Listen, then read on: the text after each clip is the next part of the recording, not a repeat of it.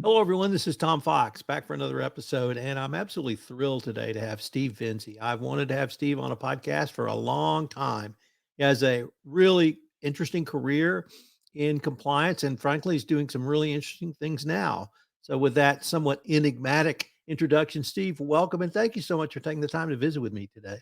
Thank you, Tom. It's a real privilege, surprised and honored to hear that you wanted to do this with me. It's a real honor and privilege and pleasure to be here with you and your podcast viewers. So, could you tell us a little bit about your professional background, Steve? Sure.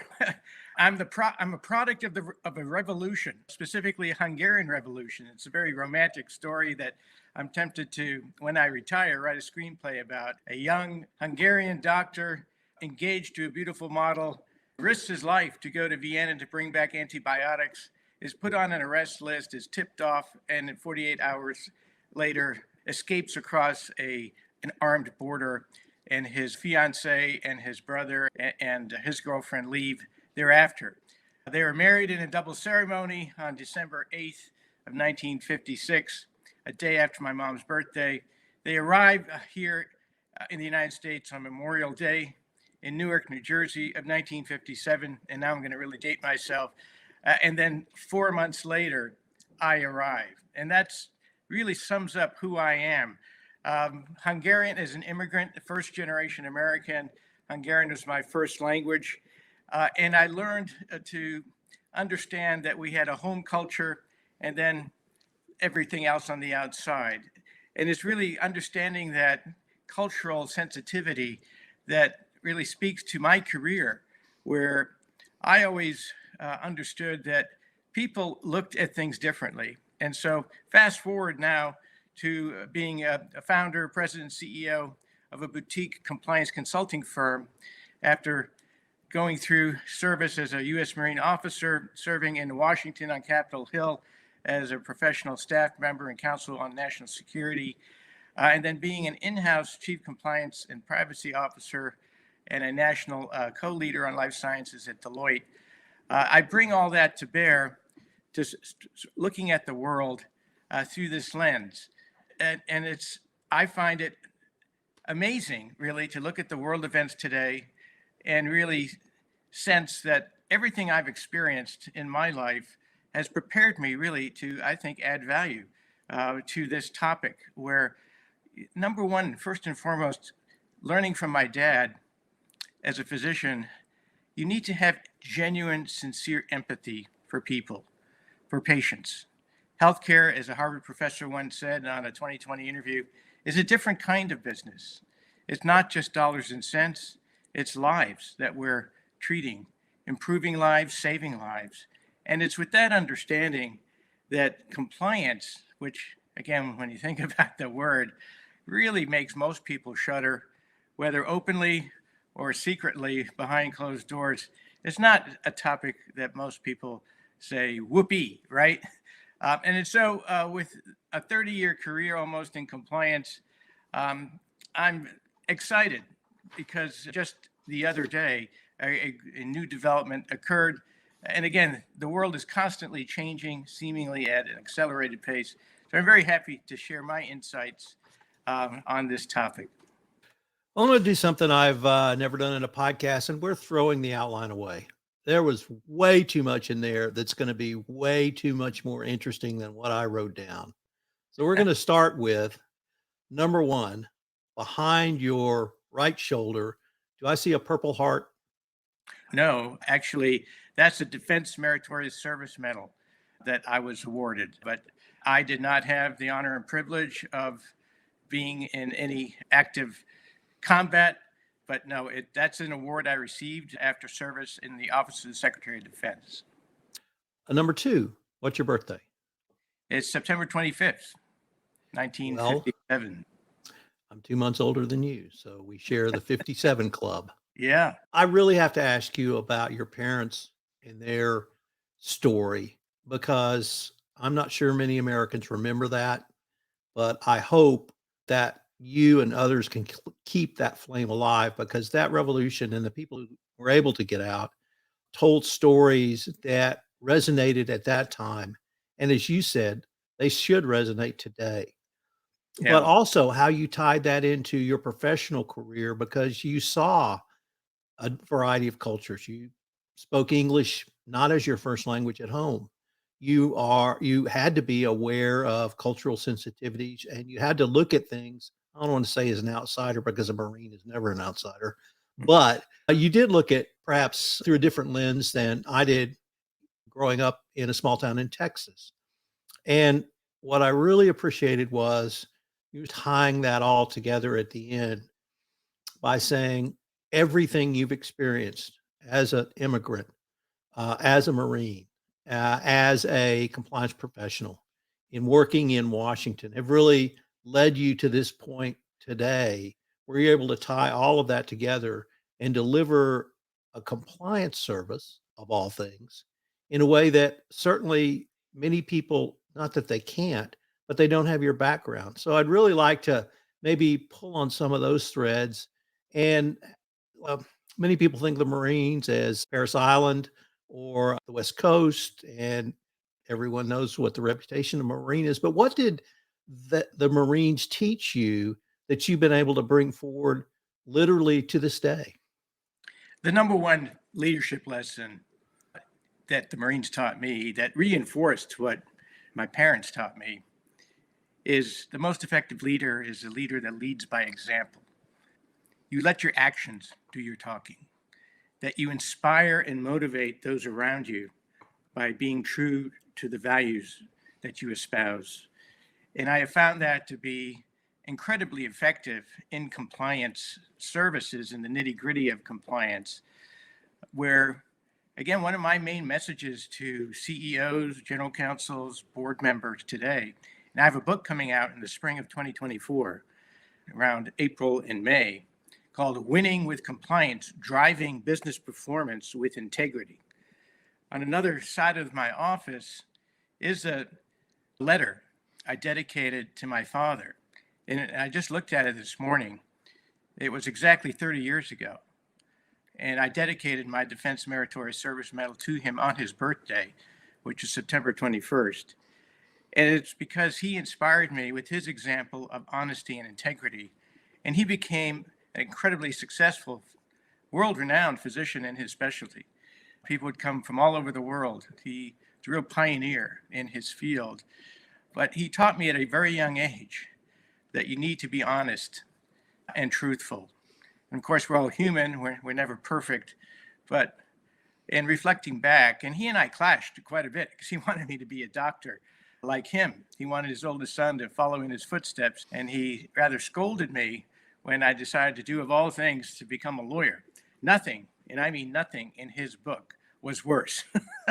But the irony here is that both my grandfathers, who died when my father was 8 in his case and when my mother was 9, in freak coincidences, guess what they were? They were lawyers. So I actually was carrying on the genetic family history. But healthcare, through his example, really infused in me that observation that in this world, what really matters most is how you conduct yourself and how you lead by example. And so, whether that's in the Marines or athletics or any other endeavor, that's the number one lesson. The second corollary to that, that the Marines really instilled in me, is the best discipline is self-discipline, perseverance, gutting it out when the going gets tough, is really digging down deep inside of you to bring out your best and competing against an inner standard of excellence that nobody really knows better than yourself.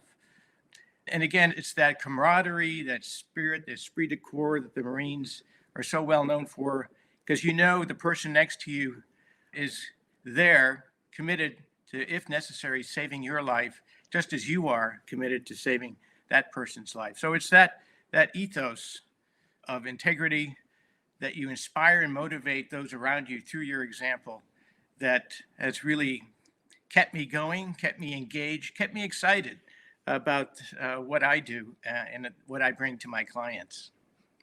I now live once again in a small town in West Texas, and I interviewed a business owner in town who served during the Iraqi war as a Marine. And I asked him what was the number one thing he learned. He was an enlisted man. And without missing a beat, he said, be on time.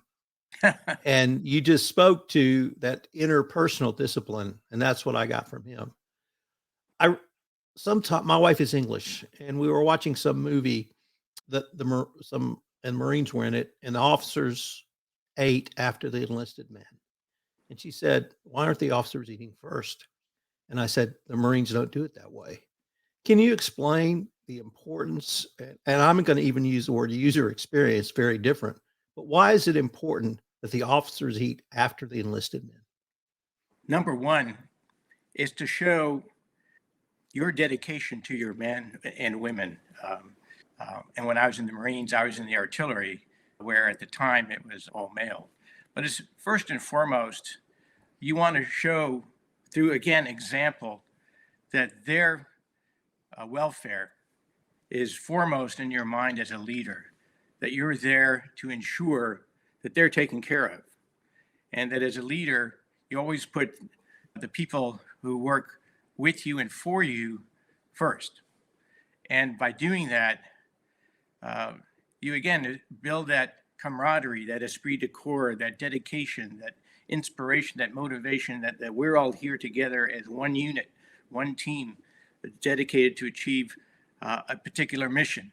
And that the only way we're going to do that is by supporting one another and leading through inspiration and motivation. And so that's just a piece of that.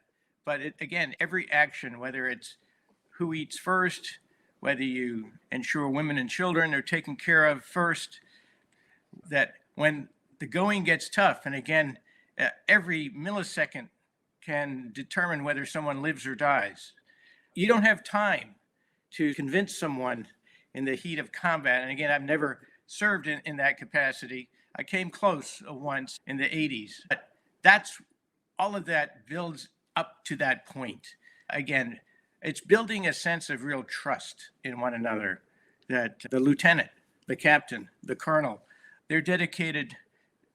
We're all Marines. And one of the things that I was honored to be promoted to major as a reservist when I was serving in Washington on Capitol Hill. And then Lieutenant Colonel John Sattler, who later became Lieutenant General John Sattler, and who led the Battle of Fallujah, and was a real mentor of mine. And he's, I believe he still is, the Admiral Stockdale Leadership Professor at Annapolis. A great man, someone that I've never met anyone quite as genuinely, boundlessly energetic, who truly did inspire and motivate me to be a Marine dedicated to the principles of defending our Constitution, our democracy. And in my speech, I said, the wonderful thing about the Marines is that it doesn't matter whether you're white, black, yellow, brown, whether you're a Christian, whether you're Jewish or Muslim or Buddhist or whatever other religion, because in the Marine Corps, we're all the same color. We're all green. We're all Marines. And it's that, again, demonstration through leadership by example, a dedication to a level of excellence that permeates your being. You're a Marine 24/7. There's no day off on being a Marine when you're a Marine on active duty. And it really, people have criticized the Marines as being brainwashed to a degree. And there have been some tragedies, of course, over the years, certainly in Texas, at University of Texas Tower back in the 60s, the shooting on campus, that was a Marine. There have been other examples, certainly more recently. But at its best, Marines are focused, they're can-do, mission-oriented people who have a tremendous loyalty to a set of principles that leads to mission accomplishment. And the Marines have a wonderful reputation of, if you give them an assignment, you can bet it'll be done and done well. I'm very proud of that heritage and hope that through my life and career, both during the Marines and after the Marines, that I've embodied that. It's been life-changing for me. I can tell you my father was not thrilled. He was thrilled that I was going to join the military, because he said, I think you're perfect for that. You're an athlete, you're dedicated, you're patriotic. I think you'll excel. And then he said, but just don't let it be the Marines. I said, oh, geez, Dad, here we go again. And I said, why? And he said, are you crazy? Are you suicidal? The Marines are the first to go. And I said, yes, you're right. But that's because they're the best. And that's what I want to be associated with. Weeks, months passed by, and he was talking to his colleagues in the OR prep room, shaking his head about his son. And it turns out that they quietly said his name was Laszlo Otto Vince, or Laz, as they called him. I used to refer to him as his initials LOV, as Dr. Love. But in any event, they say, Laz, I was a Marine. And once a Marine, always a Marine. He said, oh, really? And then it turned out others of his friends, and he later came back that he really respected. And he said, you know what? I think he made the right choice. It all turned out well. But yeah, the Marine Corps is a different breed. It's not for everyone. I've had many parents come to me to say, here, talk to my son, talk to my daughter. It's usually sons who they're looking to join the military and looking to join the Marines. We tell them about what they should expect. And my first question always is, why do you want to do this? And sometimes they're not too sure. And I said, you need to really be sure. And you need to really want to do it. And it should be, in my case, it wasn't about any kind of program necessarily, but it's about wanting to serve your country. And that should be the core reason anyone joins any military branch. Now, sure, there are benefits that go along with that it's certainly nothing wrong with looking into how those benefits may play out over time. But again, nothing is more inspiring, I think, to genuinely want to serve your country. Now, what I tell people, whether it's the Marine Corps, the Peace Corps, giving back to your country. And again, as the eldest son of immigrants, and I was often scolded by my mom, shh, quiet, your father's studying. He was relearning a language, relearning his profession. He busted his butt, as many immigrants over many generations have done, to be successful. And I saw that. And then he became very successful. And I had a real turning point in my life in 1969. Again, I'm dating myself, the Apollo moon landing, where I was in Budapest, Hungary, visiting with my step-grandfather and my grandmother. Had gone there with my maternal grandmother. And I saw the difference with my own eyes. I experienced the fear that I felt with adults. And again, my step-grandfather was a physician. I could see the palpable fear, the palpable relative poverty compared to here. And before I left, he said, here, I want to show you something. And he said, but you mustn't speak of this to anybody until you're at home in your house with your parents. And it's like, geez, what's going on here? So he go into his study. He moves this bureau. He unscrews this metal plate from the wall. He takes this wire, hooks it up to his Grundig shortwave radio. And that's how I listened to the Apollo moon landing, through Radio Free Europe. And he was frightened to death. That changed my life, really. Because when I went home, I told my parents about it. And I said, you know what? I'm very proud to be Hungarian, but I'm an American now. And I'm going to get a little emotional. That was really when I became dedicated to the freedoms that this country espouses, and have remained so dedicated. Again, it's agnostic politically. It's really about witnessing and feeling. And that's something I really talk about in my profession, is when there are technical elements of compliance, and there are certain 7 elements, as the OIG guidance talks about, and as reiterated here in a recent guidance, that we all need to be aware of, and it's the science of compliance. But then there's the human element of compliance, where you have to make sure people genuinely feel. Michael Jackson used to say, you have to feel the music. You have to feel the rhythm. And anyone who's played music or actually been an athlete, in whether you're skiing or rowing, 2 things that I have done and used to do, it's very rhythmic, and you tap into that. And so there's a real emotional component to all of this, that as human beings, we need to understand, appreciate, and then use to our benefit. I'll stop. I could go on, as you can tell, Tom, but I think it's so important as compliance leaders, as corporate leaders, to understand that dynamic, and all effective leaders. And my preeminent example is Lieutenant General Sattler, who talked about inspiring and motivating people, and how it starts in here, and that tapping into that inner standard, tapping into being dedicated to something larger than yourself. It's not all about you. It's about something bigger. And he talked about how he, in his role at Annapolis, would talk to the various captains of the various teams, who often would believe that the best leadership is them performing on the field or whatever the sport was. But when they got hurt, they were at a loss. And he said, you can still be the leader even though you're not on the field, by exhorting your teammates to excellence, by supporting them, by, if they fall down, if they get down, to encourage them to get up. And again, we see this all around us. Tom Brady, perhaps, is one of the prime examples of let's go. And that's, again, a genuine, sincere exuberance to that level of excellence. Again, something that I'm very passionate about and that I write about in my book as to how to apply it in a consistent way under very difficult circumstances, because that's when it really counts. When big stakes are on the line, how do you bring that to bear in a way that's calm, thoughtful, measured, but effective?